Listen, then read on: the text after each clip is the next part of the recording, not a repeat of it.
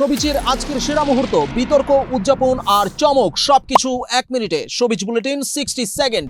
2 বছর ধরে প্রেমের গুঞ্জন অস্বীকার, ব্যাখ্যা আর নীরবতার পর অবশেষে বিয়ের সিদ্ধান্তে জেফার ও রাফসান। বন্ধুত্ব ও সহকর্মীর সম্পর্ক বলেই এতদিন দাবি করলেও সব বিতর্ক পেরিয়ে আজ সম্পূর্ণ হলো গায়ে হলুদ বিয়ে।